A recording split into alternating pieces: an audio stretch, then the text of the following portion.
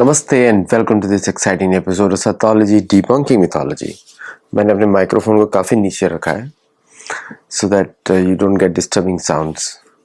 चलिए आज के शो पे शुरू करते हैं। आप हमारे मेंबर्स बनिए और वीडियो को जरूर शेयर करिएगा।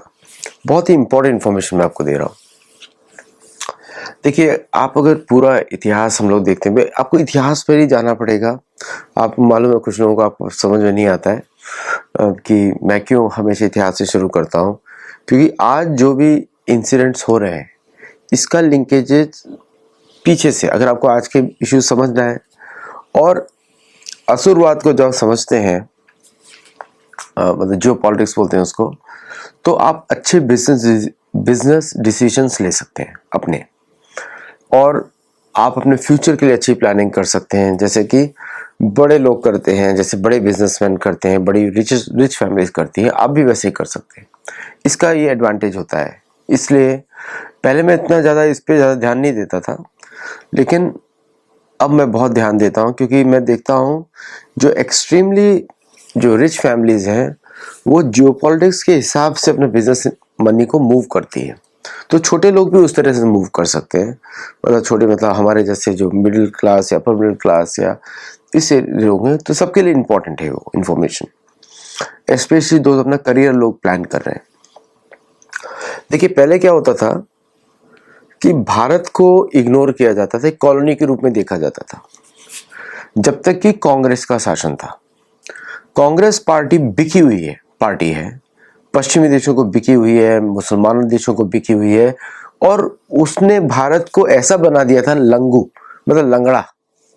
तो कभी भी कांग्रेस उसके एफिलिएटेड लोगों के पे बिल्कुल भी ट्रस्ट मत करिए। कोई भी अगर जहां भी नाम आ जाए कांग्रेस पार्टी, जैसे भी पृथ्वीराज चौहान नाम है, क्या है, मुझे शर्म आती महाराष्ट्र उसको बोलते हुए, वो चीफ मिनिस्टर था।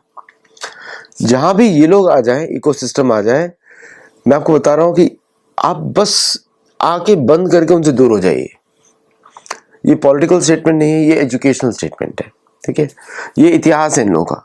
भारत को लंगड़ा बना के रखा था इन लोगों ने, और अब दिख रहा है कि भारत का पोजीशन दुनिया का सबसे इंपॉर्टेंट पोजीशन है, बिलीव मी। अब वेस्टर्न टाइटल है वीडियो का, वेस्टर्न हेमिस्फीयर। तो एक पहले खुशखबरी दे दूं कि JP Morgan is opening the biggest global capacity centre in India. उसकी gold desk is in Singapore. उसका रीजन बता देता हूं क्यों सिंगापुर में है। भारत के लॉज के अनुसार पैसा निकालना बहुत मुश्किल है आज के समय में भी, शायद कल चेंज हो जाए, मुझे पता नहीं, लेकिन आज के समय मेरा पर्सनल एक्सपीरियंस भी ऐसा है। For foreign investors to take out money from India is govern by many laws, good और बैड, मेरा उसमें कोई जजमेंट नहीं है, वो आप लोग डिसाइड करिए। लेकिन is difficult, that's why they move to Singapore. और अगर थोड़ा सा निर्मला सीतारमन जी तो मेरी फेवरेट फाइनेंस मिनिस्टर भी हैं, अगर कोई वो देख रहा हो, अगर उस लॉज को या तो क्लैरिफाई किया जाए या उसका प्रोसेस सिंप्लीफाई किया जाए, तो भारत में एफडीआई फ्लो दुनिया से सबका सबसे ज्यादा होगा। बता दो क्यों। देखिए, सारा एजुकेशन टेक्निकल नहीं होता कि आपको इंजीनियर बनना है या फिर आपको हाई टेक, नहीं। भारत को जरूरत है मैन्युफैक्चरिंग की, और उसमें बहुत पूंजी लगती है। आजकल का जो अपग्रेडेड एक्सपेक्टेशंस है, आपका मेरा सबका, हम एक परफेक्शन ढूंढ रहे हैं। कभी कभी हम लोगों को अपने लोगों को प्रमोट करने के लिए परफेक्शन की जगह यूटिलिटी ढूंढनी पड़ेगी, समझे आप। परफेक्शन अगर देखेंगे तो सारे वेस्टर्न के आ जाएंगे, क्योंकि परफेक्शन वो एक रिजर्व करेंसी पे कर रहे हैं, उनके लिए पैसे का वैल्यू नहीं है। हमारे लिए पैसे का वैल्यू है, क्योंकि हम कैश में डीलिंग कर रहे हैं। तो कभी कभी जैसे मैं देखता हूँ भारतीय ऑटो इंडस्ट्री ने तो फिनोमिनल वर्क किया है। महिंद्रा की नई कारें में देख रहा हूँ, what a beautiful work they have done in everything, लेकिन उसके अंदर कितने चाइनीज कंपोनेंट्स हैं, चेक करिएगा।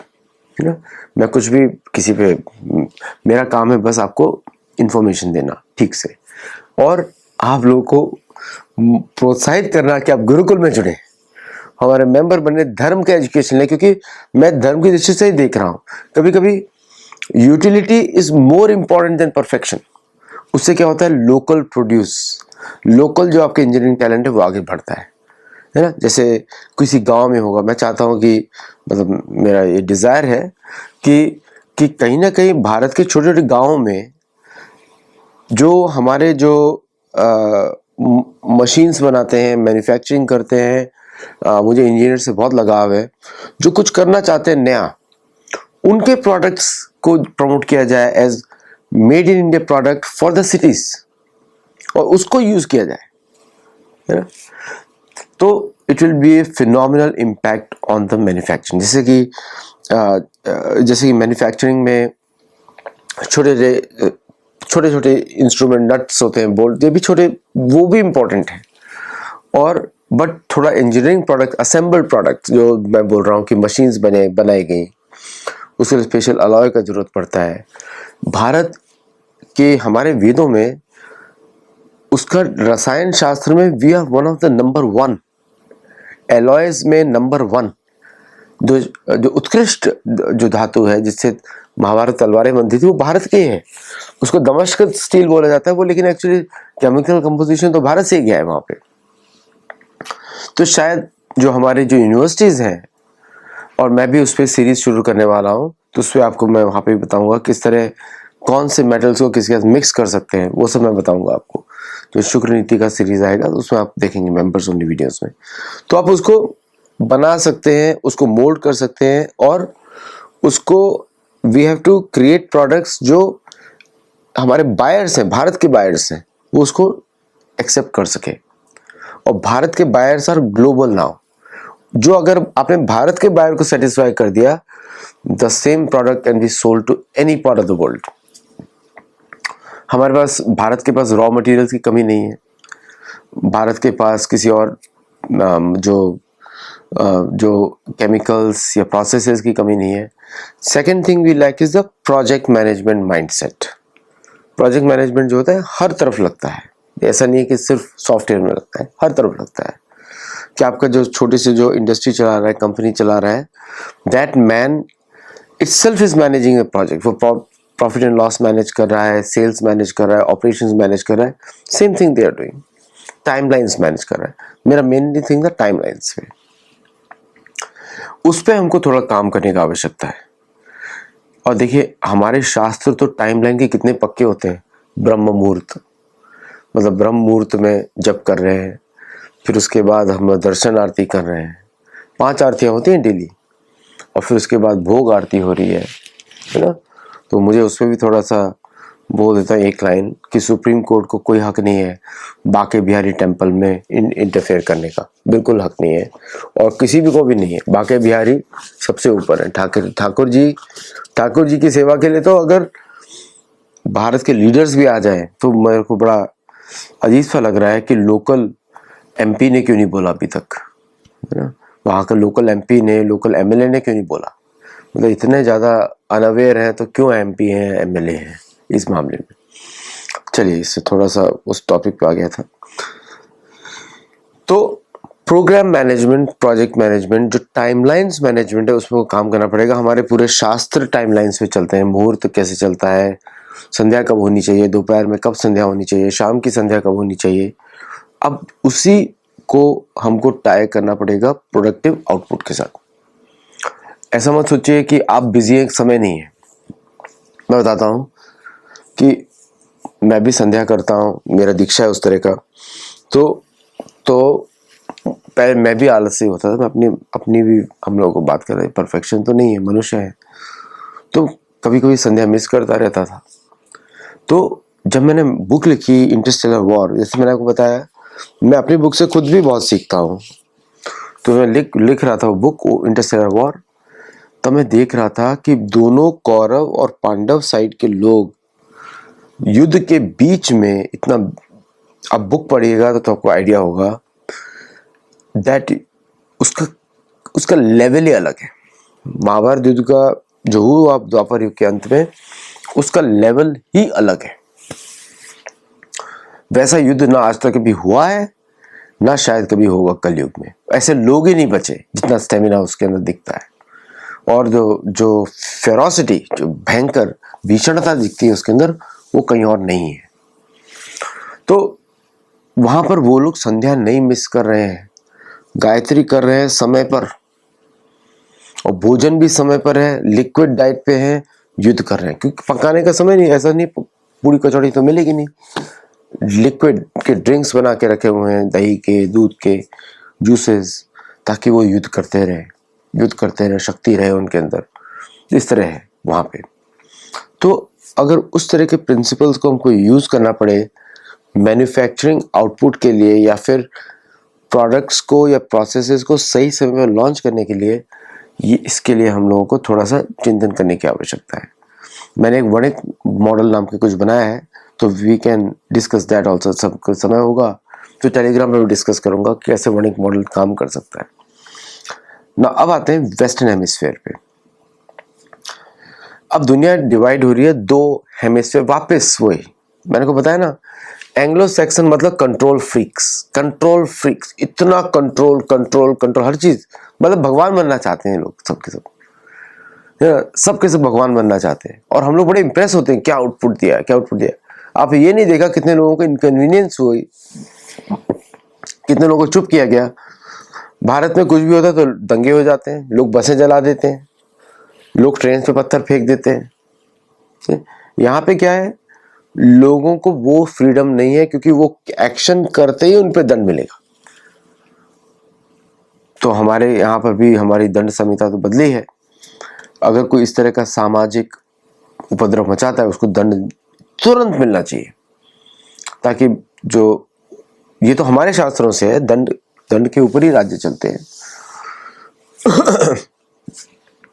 अब हम देखते हैं कि वेस्टर्न हेमिस्फीयर में मार्को रूबियो गए पैराग्वे, और वेनेजुएला में, तो पैराग्वे में उन्होंने मिलिट्री पैक्ट साइन किया। पैराग्वे, चिले, बोलीविया, अर्जेंटीना, वेनेजुएला, कोलंबिया, और फिर इक्वाडोर, फिर आपका पेरू, तो ये सारी कंट्रीज जो हैं already under the American basket आ रही है। पैराग्वे ने साइन कर लिया। ये सो यूरोप अलग है, western hemisphere is Canada, US, Mexico and all the way south. This is western hemisphere according to Americans. Okay, western hemisphere में यूरोप नहीं आता according to American security policy, Europe अलग। ओके, अब ईस्टर्न हेमिस्फीयर फिर क्या हुआ? There are only two directions, west and east, 4 directions है, but west के अपोजिट कौन सी है? ईस्ट। सो क्या पूरा दुनिया ईस्टर्न हेमिस्फीयर में आ गया? सोचने की बात है ये। हमने नॉर्थ साउथ की तो हम बात नहीं कर रहे हैं, ऐसा नहीं बात कर रहे हैं कि नॉर्दर्न हेमिस्फीयर अलग है। अभी इसमें तो ईस्ट में इन्होंने पूरा नॉर्थ टू साउथ कवर कर दिया और उसको बोला वेस्टर्न हेमिस्फीयर। उसके अपोजिट क्या हुआ? Eastern hemisphere. Majority of the wealth of America कहां से आती है? आती है ईस्टर्न हेमिस्फीयर से। ओके, विच इज, मैं अमेरिकन के हिसाब से बात कर रहा हूं, अमेरिकन जो बात कर रहे हैं उसके ऊपर ही बात कर रहा हूं। मेजॉरिटी ऑफ अमेरिकन वेल्थ कहां से आती है? ईस्ट से आती है, एशिया से आती है, अफ्रीका से आती है, यूरोप से आती है, एंड ऑस्ट्रेलिया से आती है, न्यूजीलैंड से आती है। लेकिन जैसे ही इन्होंने वेस्टर्न हेमिस्फीयर बोला, अमेरिका का मतलब है north America, south America only, that's western hemisphere. Europe is कौन सा हेमिस्फीयर पता नहीं, बट अगर वेस्टर्न इन्होंने ये बोला है तो बाकी सब ईस्टर्न हो गया ना। Okay, north south included. तो ये जो पूरा जो वेस्टर्न हेमिस्फीयर का प्रोग्राम है, मुझे इसमें बहुत ज़्यादा प्रॉब्लम्स दिखाई देती है अब इस समय अमेरिका की। मैं स्टेटमेंट सबके देख रहा हूँ, स्टडी कर रहा हूँ, क्योंकि उससे हमारा काम भी लिंक्ड है ना, पूरा पुष्कर द्वीप और क्रॉन्च द्वीप दोनों। और पुष्कर द्वीप में तो सारे हमारे सनातन धर्म के प्रिंसिपल्स हैं। सुग्रीव की सेनाएं गई हैं वहाँ पे सीता को ढूंढने के लिए, रामायण में उसका उल्लेख है, पुराणों में उसका उल्लेख है। और स्कंद महाराज ने जो क्रॉन्च पर्वत तोड़ा था, तो क्रॉन्च पर्वत यही अमेरिका ही है ना। कार्तिकेय ने जो तोड़ा था वो तो यहीं पे युद्ध किया था उन्होंने लंबासुर के साथ। तो ये जो एरिया है अब वापस वही Anglo Saxon disease, control control control control, और जो चीज कंट्रोल से बाहर चली जाए उसको छुपा दो या उसको तहस नहस कर दो, यही चल रहा था। मतलब अमेरिका पूरे विश्व में हर जगह इन्वॉल्व है रिजीम चेंजिंग ऑपरेशंस में, लेकिन अमेरिका को कोई नहीं छुएगा, पॉसिबिलिटी तो नहीं है ना। तो ये मुझे I am just talking logically, possibility नहीं है, एक्शन रिएक्शन एक्शन रिएक्शन, है ना। तो कर्म का फल तो सबको मिलता है। नाउ नॉर्थ अमेरिका और साउथ अमेरिका, तो ये वेस्टर्न हेमिस्फीयर में सारी कंट्रोल इज कंट्रोल्ड है एक्सेप्ट 3, वेनेजुएला, ब्राजील और कोलंबिया। बाकी सारी कंट्रोल्स इनके कंट्रोल में, बाकी सारी कंट्रीज इनके कंट्रोल में। अब मैं आपको इनके कुछ सीक्रेट्स बताता हूं। मदुरो, भी आपको मालूम है कि मदुरो जो है स्वयं ही, मदुरो में जितने भी वेनेजुएला में जो ड्रग के बारे में बोल रहे थे वो सब तो सीआईए ने सेटअप किए थे 1980s में, सारे के सारे वो सेटअप बाय सीआईए। और ये लोग जो बात कर रहे हैं कि यूक्रेन में जो बात हो रही है, पनामा इन्वेजन जो 1988 में हुआ था वो भी सीआईए ने किया था, ट्रेनगुआ जो करके टेररिस्ट ऑर्गेनाइजेशन है वो भी सीआईए ने फैसिलिटेट किया था, वो किया था उन्होंने ऑपरेशन, एक उन्होंने ऑपरेशन यूज किया था नाम, to check out the path, कैसे ड्रग्स फ्लो करता है, वो तो वेनेजुएला ने शुरू किया था। And Venezuela is a very stable country, last 5 साल से उनका इकोनॉमी स्टेबल ग्रोथ हो रही है with Iran, China, India and Russia. Russia के उधर एसेट्स हैं वेनेजुएला में, और चाइनीज एसेट्स हैं, इंडियन एसेट्स हैं, तो पूरा दुनिया तो इन्वॉल्व है। और सॉवरेंटी तो होनी चाहिए देश की, देश कैन डिसाइड एनीथिंग, नहीं तो सबको अमेरिका बुला दो, यूएसए बुला दो, ऑल द वे, युद्ध करो। फिर उसके लिए आपको युद्ध करके एक्वायर करना पड़ेगा, जो सरेंडर करके वो आपके साथ है, नहीं करेगा वो आपके साथ नहीं है, ऐसा तो पॉसिबल नहीं है। ओके, बट उसी दिशा में लेके जा रहे हैं, it will B one western hemisphere a country, almost like a country. तो सारे एग्रीमेंट साइन किए जा रहे हैं to use American products, American technologies, American communication equipment. तो Paraguay is the first one to surrender fully. Paraguay is the first one to surrender quickly. Argentina के पास कोई चारा ही नहीं था। और अगर आप उसको ही स्टडी करते हैं तो ये जो वेनेजुएला का पूरा जो युद्ध है सभी नकली है। वियतनाम में अमेरिका ने 5,34,000 ट्रूप्स भेजे थे, वेनेजुएला में भेजे 18,000, और अभी उतना जरूरत भी नहीं है, और पूरा जंगल है, स्टेबल है, बम्बार्डमेंट, सर्जिकल स्ट्राइक्स उसके ऊपर देश को कंट्रोल नहीं कर सकते। वेनेजुएला का सबसे बड़ा ट्रेडिंग पार्टनर अमेरिका रहा है ऐतिहासिक, लेकिन इस समय उनको किसी भी हालत में जो भी उनका ऑयल प्रोडक्शन पे पूरा कंट्रोल चाहिए। कंट्रोल फ्रीक मैंने बताया था आपको, पूरा कंट्रोल। शेवरॉन इन्वॉल्व है, वहाँ के एक सेनेटर भी इन्वॉल्व है, आपको मालूम है कौन है वो, और रिक स्कॉट, और वो भी इन्वॉल्व है। तो ये गेम ही कुछ और है, इट्स नॉट अबाउट द, और वेनेजुएलन ऑयल की सारी रिफाइनरीज टेक्सास में है, वेनेजुएला का क्रूड इज हैवी क्रूड, वो टेक्सास में है। और जो हेमिस्फीयर का पूरा अभी पूरा जोर वेनेजुएला पे, उसके बाद आएगा ब्राजील के ऊपर, बिकॉज ब्राजील भी अब नॉर्थ अमेरिकन सिक्योरिटी ब्लैंकेट में आ रहा है, अमेरिका के कंट्रोल में। तो अभी ब्राजील के ऊपर युद्ध दिखाई दे रहा है इन ब्राजील, और ब्राजील के अंदर अमेरिका के लिए स्पेशल फैसिनेशन है। You don't see Brazilians going to Europe. तो एक तो पोर्चुगल तो उनका कॉलोनियल मास्टर है, बट पूरा फैसिनेशन वहाँ पे अमेरिका के लिए है।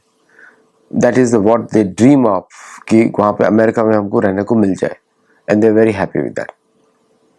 तो ये जो पूरा जो western hemisphere versus non western hemisphere में दूसरा लीडर आता है इंडिया, नॉट चाइना।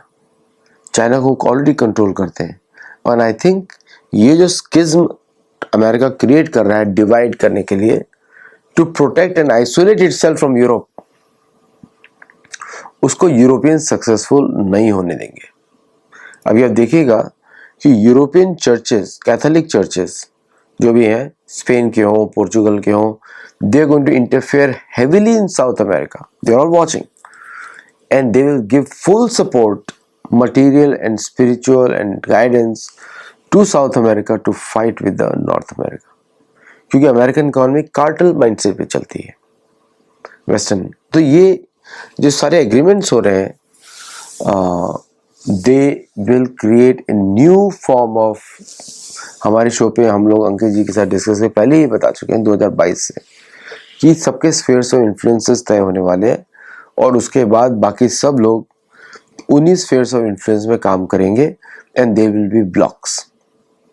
तो अगर आपने देखा होगा इंडिया का, तो इंडिया जो eastern hemisphere is governed by India 1.5 billion people, 1.4 billion people और बढ़ के 1.5 पहुंच जाएगा. China is at second spot, लेकिन उसके अंदर बाइंग पावर नहीं है. कम्युनिस्ट पार्टी के पास buying power, this is a national buying power but not the individual buying power. Bharat के पास नेशनल बाइंग पावर भी है और इंडिविजुअल बाइंग पावर भी है. तो इसलिए the only one country which remains is India. और इसीलिए आप देख रहे हैं कि पैरेलल में काम शुरू हो गया है. एक तो अभी यूक्रेन कॉन्फ्लिक्ट को इनको सॉल्व करना है. अगर वो सॉल्व नहीं किया तो वो अमेरिका को खींच लेगा. उसके सारे वेस्टर्न हेमिस्फीयर के प्लान्स चौपट होने वाले हैं. तो अभी यूक्रेन को जब तक सॉल्व नहीं, क्योंकि क्रिएट अमेरिका ने किया है अंडर गाइडेंस फ्रॉम यूके, और अब उसको सॉल्व करना उनको जरूरी है. बिकॉज आपने देखा, आज ही देख लिया कि जर्मनी ने अपनी सारी पेट्रियट मिसाइल्स पोलैंड से विड्रॉ करनी शुरू कर दी है. सो पोलैंड इज डिफेंसलेस. वैसे ही पेट्रियट मिसाइल्स कुछ खास होती नहीं है, इज डिफेंसलेस. उस साथ जर्मनी मूव कर जाएंगे. सो वर्ल्ड इज, तो अगर जब तक कि यूक्रेन का इशू सॉल्व नहीं होता है, वेस्टर्न हेमिस्फीयर मॉडल नहीं आने वाला. और the only power which is outside these two hemisphere is India, not China, क्योंकि चाइना इज पार्ट और connected to the western hemisphere. तो पूरा जियोपॉलिटिकल एनवायरनमेंट चेंज हो रहा है. जो असुरवाद का इन लोग का एनवायरनमेंट है पूरा चेंज हो रहा है. और रशिया का जो यूक्रेन में इन्वॉल्वमेंट है, हम लोग तो इंडिपेंडेंटली बात करते हैं, we are not supporting anyone but we are doing independent analysis. जो रशिया का जो धार्मिक व्यू पॉइंट से, सो द रशिया का जो एजेंडा है in Ukraine and greater agenda, वो है Russian speaking territories should be part of Russia, Central Asia should be part of Russia. और भारत का पूरा हो जाएगा मलक्का स्ट्रेट से सुएज कैनाल तक, द बिगेस्ट रीजन भारत के कंट्रोल में, biggest region in India's control. Modi ji के विजिट्स वही सब दिखा रही है. Okay, we will have good relations with Central Asia, but ये पूरा region will be under Indian control. और उसमें एक पाकिस्तान बन के आता है प्रॉब्लम, जो अमेरिकन पिट्टू है, जिसको अमेरिका ही छोड़ने वाला है थोड़े दिनों में. Will see, wait and watch what happens. लेकिन अमेरिका उसको अबैंडन करेगा. अमेरिका डियो गार्सिया भी अबैंडन करेगा, अमेरिका बांग्लादेश को भी अबैंडन करेगा, क्योंकि जिसको उसने दोस्त बनाया उसको अबैंडन किया है. मदुरो और ह्यूगो चावेज के साथ जो प्रॉब्लम हुई थी 60s में 70s में, उसके बाद मदुरो के साथ जो प्रॉब्लम हुई थी दुश्मन के रूप में, उस जो दोस्ती करी थी तब भी अबैंडन किया, अब वापस आ गया उनके पीछे. सो वेस्टर्न हेमिस्फीयर पे अगर अमेरिका फोर्ट्रेस अमेरिका बनाना चाहता है तो उसको साउथ अमेरिका चाहिए, और साउथ अमेरिका में उसका पोजीशन आएगा यूरोपियन से. अभी वो एग्रीमेंट शायद वो डिस्कस करेंगे कि चर्चेस विल नॉट इंटरफेयर, ऐसा कुछ बात होगी. विल सी व्हाट हैपेंस उसके बाद. लेकिन कॉलोनियल पावर स्पेन और पोर्चुगल अपना कंट्रोल छोड़ दे, पॉसिबल नहीं है. King of Spain, king of Portugal claim छोड़ दे, पॉसिबल नहीं है. या किंग ऑफ इंग्लैंड अमेरिका पे क्लेम छोड़ दे, ये भी पॉसिबल नहीं है. ओके, ऑस्ट्रेलिया, कनाडा, ऑस्ट्रेलिया पे क्लेम छोड़ सकता है, दे डोंट केयर. न्यूजीलैंड पे क्लेम छोड़ सकता है, दे डोंट केयर. कनाडा पे छोड़ सकता है, वैसे कनाडा पे तो they control fully, but USA पे क्लेम छोड़ देगा, नहीं पॉसिबल है. तो विल हैव टू सी कैसा होता है. अभी तक तो पेपर में सब अच्छा है वेस्टर्न हेमिस्फीयर, बट कैसे होगा वी डोंट नो. लेकिन एक बात तो सर्टेन है, इंडिया को अपनी मिलिट्री पावर बढ़ानी पड़ेगी. They have to increase navy, they have to increase air force, और इंडिपेंडेंट रखनी पड़ेगी, so not dependent, and they have to also increase their reach and presence in these territories. Mediterranean ocean तक free zone, जैसे Ethiopia के पास land locked है, अब अगर भारत थोड़ा मदद करेगा और उसको पोर्ट मिल जाएगा, that will be a golden thing for Ethiopia. Ethiopia is a stable country. उसकी प्रॉब्लम आती है ज़्यादातर सूडान, सोमालियों के साथ। सोमालियों के साथ सबकी प्रॉब्लम है, अमेरिका की प्रॉब्लम है, राइट। तो ये काफ़ी चेंजेस होंगे और इंडिया विल, अगर इंडिया अपने सैन्य शक्ति को बढ़ाता है, because the power to exert military projection, उसकी बात हो रही है बस, then India will have a great chance with all this areas. और भारतीय बिजनेसमैन को जहाँ जहाँ मोदी जा रहे हैं वहाँ फॉलो करते रहो, वहाँ पे बिजनेसमैन एक्सपोर्ट करते रहो, make tie ups and things will be very golden after some time. आज के लिए इतना ही। Thank you all and to join our Gurukul, become a member and support us and let me always know your feedback. Thank you.